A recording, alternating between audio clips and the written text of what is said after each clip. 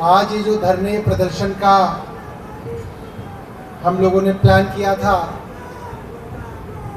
क्योंकि गर्मी बहुत है तो हमने ये प्लान किया था कि सिर्फ विधायक साथी, पार्षद साथी और संसद के हमारे साथी आए और एक मैसेज जो है दिल्ली में बैठी केंद्र सरकार को दिया जाए कि जो देश के करीब 24 लाख बच्चों के साथ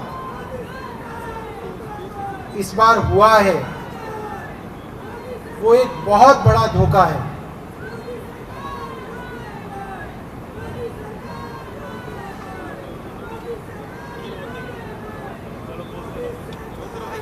अच्छा, ठीक है। जो लोग मेडिकल की तैयारी कर चुके हैं वे लोग जानते हैं कि प्री मेडिकल टेस्ट MBBS के कोर्स में एडमिशन लेने के लिए जो टेस्ट लिया जाता है उसमें 12वीं के बच्चे हिस्सा लेते हैं। करीब आप समझ सकते हैं 16 साल, 17 साल, 18 साल की उम्र के लड़के लड़कियां इस एग्जाम को देते हैं और 16-16 घंटे, 18-18 घंटे की तैयारी दिन की करते हैं। एक ही सपना होता है कि किसी तरीके से MBBS के अंदर एडमिशन हो, डेंटल कॉलेज में एडमिशन हो, आयुर्वेदिक कॉलेज में एडमिशन हो और वे लोग डॉक्टर बन सकें, समाज की सेवा कर सकें। और इस तरीके के एग्जाम बहुत प्रतिष्ठित एग्जाम रहे, बहुत विश्वसनीयता रही। कभी ये नहीं सुना गया कि आप पैसे देके PMT के एग्जाम के अंदर बेहतर नंबर ला सकते हैं। ये कभी नहीं सुना हिंदुस्तान में। ये तो जरूर सुना गया कि आप प्राइवेट सीट ले सकते हैं, प्राइवेट कॉलेज में मैनेजमेंट कोटा ले सकते हैं, मगर PMT के एग्जाम में, नीट के एग्जाम में आप पैसा देके अच्छी रैंक ले सकते हैं, ये बात हिंदुस्तान में पहले कभी नहीं सुनी गई। और हिंदुस्तान की शिक्षा प्रणाली, यहाँ की MBBS, यहाँ की सुपर स्पेशलिटीज, यहाँ की पोस्ट ग्रेजुएशन, सब चीजों की इतनी प्रतिष्ठा है कि पूरे दुनिया में हिंदुस्तान के डॉक्टर, हिंदुस्तान के स्पेशलिस्ट, इनकी बहुत भारी डिमांड है। दुनिया भर के अस्पतालों में, चाहे वो अमेरिका हो, यूरोप हो, UK हो, सब जगह भारतीय डॉक्टरों की एक बड़ी डिमांड मानी जाती है। मगर पिछले कुछ दिनों से जो सिलसिलेवार अलग अलग राज्यों से खबरें आ रही हैं, गुजरात में गोधरा से खबर आई, उत्तर प्रदेश से खबर आई, बिहार में पटना से खबर आई कि 5 मई को जो नीट का एग्जाम था उससे एक दिन पहले अलग अलग राज्यों के बच्चों का, जिनका सेंटर पटना के पास था, उस सेंटर के अंदर नीट एग्जाम से एक दिन पहले बच्चों को सेफ हाउस में लाया गया। यानी कि एक ऐसी जगह उन बच्चों को इकट्ठा किया गया जहां पे उनका किसी और से कोई कम्युनिकेशन ना हो, उनसे फोन ले लिए गए, एक दिन पहले क्वेश्चन पेपर देके उनकी तैयारी कराई गई,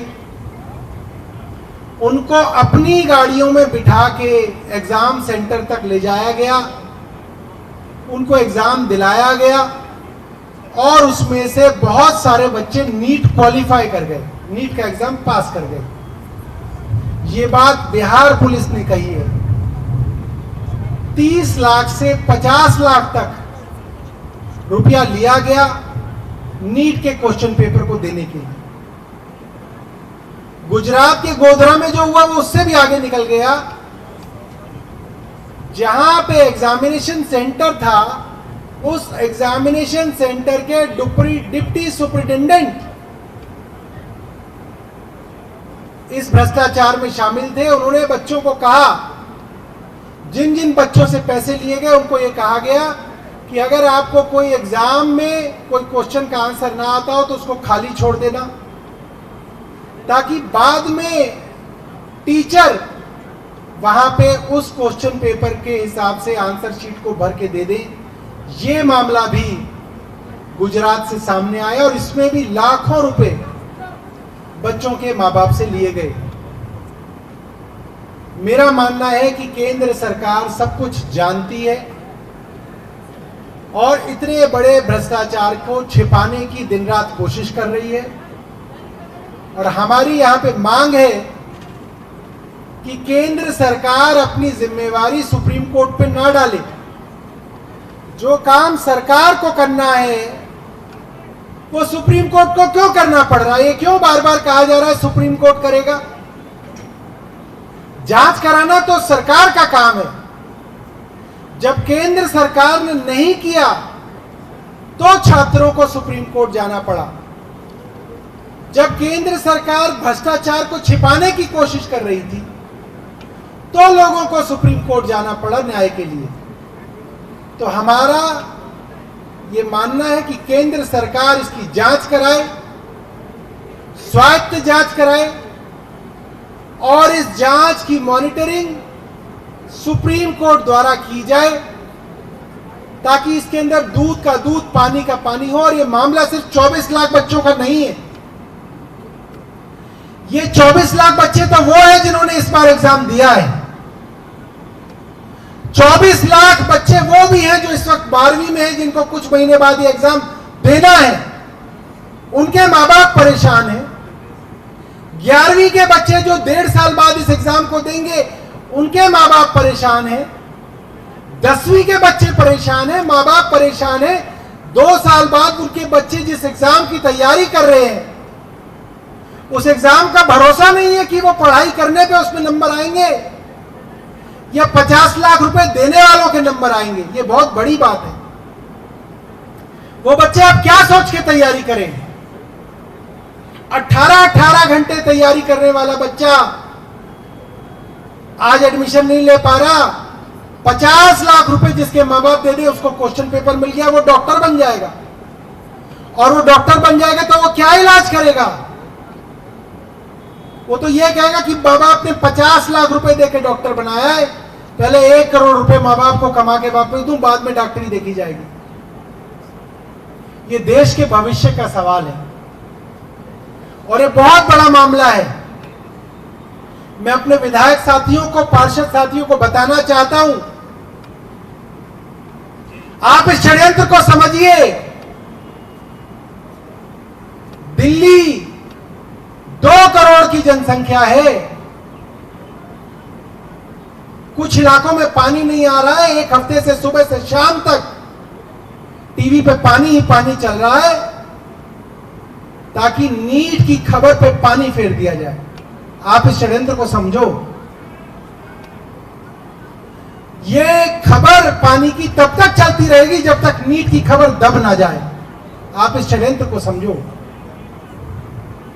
2 ट्रेनें आपस में टकरा जाती हैं, 9 लोगों की मृत्यु हो जाती है, कितने लोग घायल होते हैं, उसके ऊपर टीवी पे बहस नहीं होगी। दिल्ली को पानी नहीं मिल रहा, हरियाणा पानी नहीं दे रहा, उस पर बहस नहीं होगी। केंद्र चुप बैठा है, इस पे बहस नहीं होगी। कहीं पे भारतीय जनता पार्टी एक वीडियो बना देगी कि देखो पानी लीक हो रहा है, उस पर सुबह से शाम तक चर्चा हो रही है। ये बात हमको समझनी है और लोगों को समझानी है। जिस तरीके से 24 लाख बच्चों को धोखा दिया गया है, ये एक बड़ा षड्यंत्र है देश के भविष्य के साथ। और इसीलिए आम आदमी पार्टी कल देश के अलग अलग राज्यों में इसको लेकर धरना प्रदर्शन करेगी, ताकि अगर मीडिया ना भी दिखाए तो जनता तक आम आदमी पार्टी ये बात पहुंचा सके। बहुत बहुत धन्यवाद। साथियों, आज इस जंतर मंतर की ऐतिहासिक भूमि पर हम कोई राजनीतिक विषय को लेकर धरना प्रदर्शन नहीं करने आए हैं, कोई राजनीतिक विषय पर हम चर्चा करने नहीं आए हैं। हमारे बीच में माननीय राज्यसभा सांसद, बड़े भाई और हर वर्ग की मजबूत आवाज संजय सिंह जी पहुंच चुके हैं। एक बार जोरदार तालियों से मैं चाहती हूं इनका अभिनंदन हो, स्वागत हो। जोरदार तालियां जो है हम एक मजबूत आवाज के स्वागत में यहाँ पर अभिनंदन के रूप में बजा रहे हैं। और यहाँ पर आज जो संघर्ष का विषय है, जो आज विरोध का विषय है, वो नीट का जो एग्जाम है उसके अंदर जो धांधली हुई है और लाखों करोड़ों बच्चों का जो जो है भविष्य अंधकार की ओर धकेलने का प्रयास किया गया है, एक चौथी पास राजा के नेतृत्व वाली सरकार के माध्यम से, ये बेहद शर्म और दुख का विषय है। आपने हर चीज के अंदर तो घोटाला करा ही, आपने हर चीज के अंदर तो जनता को गुमराह करा ही, अब आपने देश के मासूम बच्चों को भी नहीं छोड़ा, आपने उनके भविष्य के साथ भी सौदा कर लिया है। किस प्रकार से एक ही सेंटर के दर्जन भर से ज्यादा बच्चे फर्स्ट रैंक हासिल करते हैं और देश के शिक्षा मंत्री कहते हैं ये बहुत सामान्य सी घटना है। कोर्ट इस विषय पर संज्ञान लेता है, माननीय सर्वोच्च न्यायालय कड़ी टिप्पणी करता है, तमाम लोग इसके ऊपर बात कर रहे हैं, चर्चा कर रहे हैं, लेकिन दुख का विषय है कि केंद्र के अंदर एक अपंग सरकार के तौर पर अनपढ़ों के नेता की जो सरकार आई है, उसे देश के भविष्य की कथा भी चिंता नहीं है।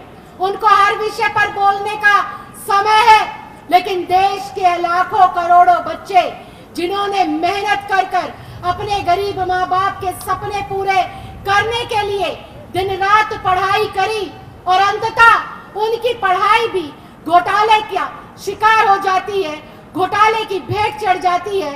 तो मैं आज इस मंच पर ये यहाँ पर इसलिए मैं इकट्ठी नहीं हुई कि हम लोग राजनीतिक बात करें, हम लोग यहाँ पर इतनी गर्मी में, तपती हुए धूप में इसलिए इकट्ठा नहीं हुए हैं कि हम लोग सिर्फ चार बातें कहकर अपने कार्यक्रम को यहाँ विराम कर दे, बल्कि आज हमें यहाँ से हुंकार भरनी है। जो देश की शिक्षा का व्यवसायीकरण हो रहा है, देश की शिक्षा का जिस प्रकार से बंटवारा हो रहा है कि अमीरों के बच्चे बेहतर शिक्षा लेंगे और समय आने पर ऐसे योग्य परीक्षाओं में भी पैसे देकर प्रथम दर्जा हासिल करेंगे, ऐसी सरकारों के कानों पे जो जू नहीं रेंग रही, उन सरकारों को सबक सिखाना है। बाबा साहब अंबेडकर जी ने एक बात कही थी, शिक्षा शेरनी का वो दूध है जो पिएगा वो दहाड़ेगा, और वो दहाड़ दिल्ली के बच्चों के सरकारी स्कूल के रिजल्ट के माध्यम से दिल्ली में दिख रही है। अरविंद केजरीवाल जी की शिक्षा नीति के माध्यम से दिख रही है। डॉक्टर भीमराव अंबेडकर जी की शिक्षा नीति को आगे बढ़ाने का काम जो अरविंद केजरीवाल जी की सरकार कर रही है, मुझे लगता है इस केंद्र की सरकार को भी अरविंद केजरीवाल की सरकार से सीखना चाहिए और तुरंत प्रभाव से संज्ञान लेना चाहिए इस धांधली का, इस घोटाले का। उन तमाम बच्चों के भविष्य को प्रथम रखते हुए, बाकी सब चीजों को पीछे रखते हुए हमें हर एक उस विषय पर, हर एक उस अपराधी के बारे में, हर एक उस आरोपी के ऊपर कड़ी से कड़ी कार्रवाई करनी होगी जिसने इतना संगीन जुर्म किया है, और वो पुनः ऐसे जुर्म को ना दोहराए। इस तरह के एग्जाम्स के अंदर भविष्य में धांधली ना हो, इसके लिए मेरी केंद्र सरकार से गुहार है। शिक्षा मंत्री धर्मेंद्र प्रधान जी से आग्रह है कि वो इस पर कड़ी से कड़ी कार्रवाई करते हुए एक ठोस नीति बनाए, एक ऐसी रणनीति बनाए कि देश का आने वाला भविष्य अपनी सरकार के अंतर्गत अपने भविष्य को सुरक्षित महसूस कर सके, एक अच्छे माहौल में अच्छी शिक्षा ग्रहण कर सके। बहुत बहुत धन्यवाद, बहुत बहुत आभार। जय हिंद, जय भारत।